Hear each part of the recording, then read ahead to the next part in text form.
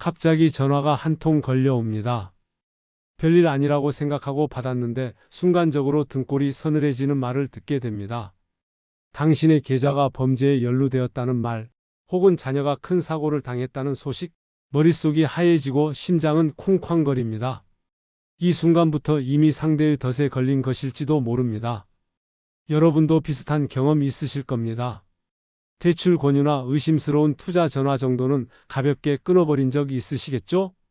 하지만 만약 그 목소리가 당신의 개인정보를 정확히 알고 있다면, 만약 가족의 이름이나 직장까지 말한다면, 순간 판단력이 흐려지고 어떻게든 대응해야겠다는 생각이 앞설 수밖에 없습니다. 오늘은 바로 이런 상황에 휘말려 노후 자금을 한순간에 잃어버린 두 분의 이야기를 통해 우리가 무엇을 점검해야 하는지, 그리고 어떻게 지켜낼 수 있는지 나누고자 합니다. 첫 번째 이야기는 오랫동안 교직에 몸담고 은퇴하신 한 선생님의 사례입니다. 정년퇴직 후 퇴직금을 받아 시골로 내려가 소박하게 살고 계셨습니다. 그분의 가장 큰 자랑은 평생 성실히 모아둔 노후자금이었습니다.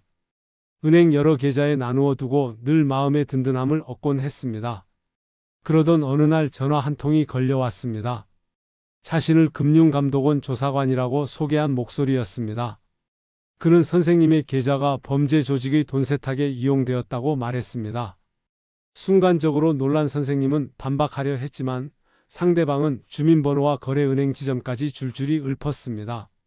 이 정도면 진짜일 수도 있다는 두려움이 엄습했습니다. 상대는 안전하게 돈을 지키려면 임시 계좌로 옮겨야 한다며 안내했습니다. 머리가 하얘진 선생님은 결국 수억 원을 그대로 이체하고 말았습니다. 뒤늦게야 사기임을 알았지만 이미 돈은 사라지고 흔적조차 찾을 수 없었습니다. 이 이야기를 들으면 이렇게 속을 수가 있나 싶을 수도 있습니다. 하지만 막상 본인이 그 자리에 있으면 그 두려움과 압박감에 빠져나오기가 쉽지 않습니다. 실제로 피해자들의 공통점은 결코 무지하거나 부주의한 사람들이 아니라는 겁니다. 성실히 살아온 보통 사람들이었습니다. 두 번째 이야기는 은퇴 후 작은 가게를 운영하던 한 가장의 이야기입니다. 그는 평생 자녀들을 위해 아끼고 모아 부동산과 금융자산을 조금씩 마련해 두었습니다. 그러던 어느 날 다급한 전화가 걸려왔습니다. 아들이 큰 사고를 당했다는 소식이었습니다. 아들의 이름과 직장까지 언급되자 가슴이 철렁 내려앉았습니다. 고지어 변호사를 사칭한 사람이 등장했습니다. 합의금을 당장 송금하지 않으면 아들의 장래가 끝장난다고 협박했습니다. 아버지는 당황했습니다.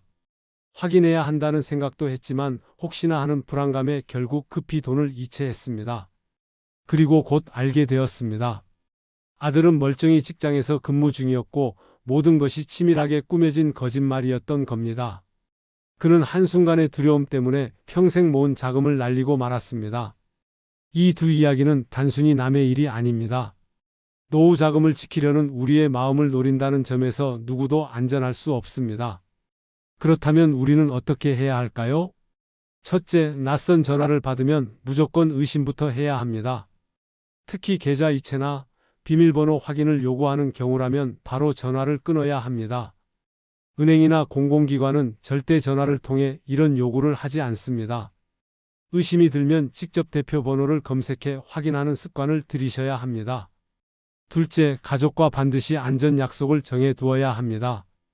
돈과 관련된 중요한 결정을 혼자 내리지 않고 반드시 가족 중 한 사람과 상의하도록 생활 속 규칙을 만드는 겁니다. 급한 상황일수록 잠시 멈추고 가족과 확인하면 피해를 크게 줄일 수 있습니다. 셋째, 금융 자산을 점검하고 분산 관리하는 습관이 필요합니다. 모든 돈을 한 계좌에 두면 위험이 커집니다. 생활비와 비상금은 단기 계좌에 두고 나머지는 장기 상품에 나누어 두면 혹시 사고가 발생해도 전체를 잃지는 않습니다. 넷째, 심리적인 준비도 중요합니다. 보이스피싱은 대부분 두려움과 당황을 노립니다. 따라서 만약 비슷한 상황이 생긴다면 어떻게 대응할지 가족과 함께 미리 연습해 보는 것도 도움이 됩니다. 이렇게 작은 습관만으로도 우리는 평생 모은 노후 자금을 지킬 수 있습니다. 무엇보다 중요한 건 나는 속지 않을 거라는 자만을 버리는 겁니다. 누구나 속을 수 있고 그래서 모두가 조심해야 합니다. 여러분 혹시 지난번 이야기 기억하시나요? 평생 모은 노후 자금을 단 한 통의 전화에 잃어버린 그 안타까운 사례 말입니다. 듣고 있을 때는 남 얘기 같지만 막상 내 앞에 그런 상황이 닥치면 누구든 흔들릴 수 있습니다. 오늘은 그래서 조금 더 구체적인 전략을 함께 이야기해 보려고 합니다. 마치 앞에 앉아 있는 친구나 이웃에게 들려주듯이 차분하면서도 재미있게 풀어드릴게요. 우선 제가 아는 한 아버님의 이야기를 하나 해드릴까요? 이분은 평생 교직에 몸담으시다가 은퇴 후 퇴직금과 저축을 합쳐 노후 생활비로 쓰고 계셨습니다. 어느 날 모르는 번호로 전화가 왔는데 은행 직원이라며 계좌가 범죄에 연루되었다는 겁니다. 당황한 나머지 상대방이 알려주는 계좌로 돈을 옮기셨는데 결국 사기였던 거죠. 그 뒤로 이분은 한 가지 원칙을 세우셨습니다. 전화로 금융 얘기를 하면 무조건 끊고 직접 은행 창구를 찾아간다는 겁니다. 지금도 그분은 웃으면서 말씀하십니다. 그때는 억울했지만 그 경험 덕분에 이제는 두 번 다시 당하지 않는다고 말이죠. 여기서 우리가 배울 수 있는 전략은 간단합니다. 전화로 돈 얘기가 나오면 그 순간 멈추고 직접 확인하자. 이 단순한 습관이 노후 자금을 지키는 가장 강력한 방패라는 겁니다. 또 다른 사례도 있습니다. 제 지인의 어머니 이야기인데요. 사기범이 자녀가 교통사고를 냈다며 합의금이 급하다고 전화를 했습니다. 이 어머니는 순간 가슴이 철렁 내려앉았죠. 하지만 평소 자녀와 약속한 게 있었습니다. 급한 돈 얘기가 나오면 무조건 가족에게 직접 연락하기. 그래서 전화를 끊고 아들에게 확인을 했습니다. 물론 사고는 전혀 없었고 큰 피해를 막을 수 있었던 거죠. 이 사례에서 배울 수 있는 전략은 가족과의 안전 약속입니다. 우리가 놀라거나 급하면 이성을 잃기 쉽습니다. 그럴 때 혼자 판단하지 않고 반드시 가족 한 명 이상에게 확인하는 습관. 이것이 사기범의 덫을 피하는 지름길입니다. 그럼 조금 더 구체적인 방법들을 하나하나 짚어보겠습니다. 우선 돈을 한 군데에 몰아두지 말아야 합니다. 생활비는 생활비대로, 비상금은 비상금대로, 장기 자금은 장기 자금대로 여러 통장에 나누어 두면 혹시 일부를 잃더라도 전체를 지킬 수 있습니다. 은행마다 다른 상품을 활용하거나 일정 금액 이상 이체될 때 알림을 받도록 설정해 두는 것도 큰 도움이 됩니다. 그리고 휴대폰 보안 습관을 길러야 합니다. 요즘은 단순히 전화만 오는 게 아닙니다. 가짜 문자, 가짜 링크, 심지어 가짜 앱까지 설치하라고 유도합니다. 그러니 낯선 링크는 절대 누르지 않고 공식 앱이나 공식 홈페이지만 사용하는 습관을 들이셔야 합니다. 스마트폰에 보안 프로그램을 깔아두고 정기적으로 업데이트하는 것도 중요합니다. 또 하나 꼭 말씀드리고 싶은 건 금융 공부입니다. 여러분 중에는 나는 나이도 있고 더 이상 공부할 필요가 없다고 생각하실 수도 있습니다. 하지만 세상은 계속 변하고 금융 제도와 기술도 날마다 새로워집니다. 조금만 관심을 가지면 지자체에서 무료로 진행하는 금융 교육도 있고 은행이나 온라인 강의도 많습니다.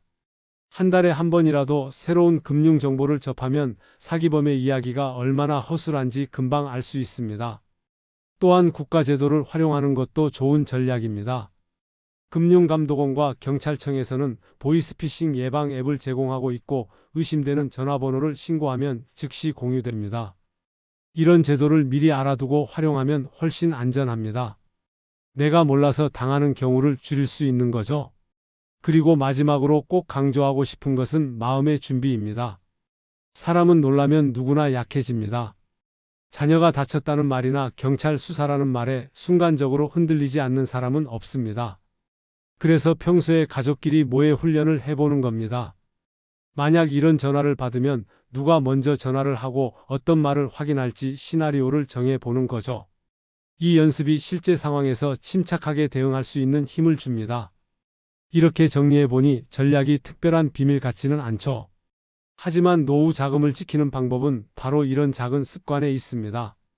전화로 돈 얘기가 나오면 멈추고 직접 확인하기, 가족과 함께 약속 정하기, 자산을 나누어 두기, 금융 공부를 생활화하기, 국가제도를 활용하기, 그리고 마음의 준비까지 이 6가지가 우리 인생의 안전벨트라고 할 수 있습니다. 여러분 노후 자금은 단순한 돈이 아닙니다. 평생 땀 흘려 일한 대가이고 앞으로의 삶을 지탱해줄 든든한 버팀목입니다. 이 소중한 자산을 한순간의 방심 때문에 잃어버리는 일이 없도록 지금부터라도 차근차근 지켜가시길 바랍니다. 오늘 이야기가 도움이 되셨다면 구독과 좋아요 부탁드립니다. 그리고 여러분의 경험이나 궁금한 점을 댓글로 남겨주세요. 혹시 주변에서 겪은 사례가 있다면 함께 나눠주시면 다른 분들에게도 큰 힘이 될 것입니다. 여러분의 댓글 하나하나가 또 다른 사람의 노후 자금을 지켜주는 울타리가 될 수 있습니다.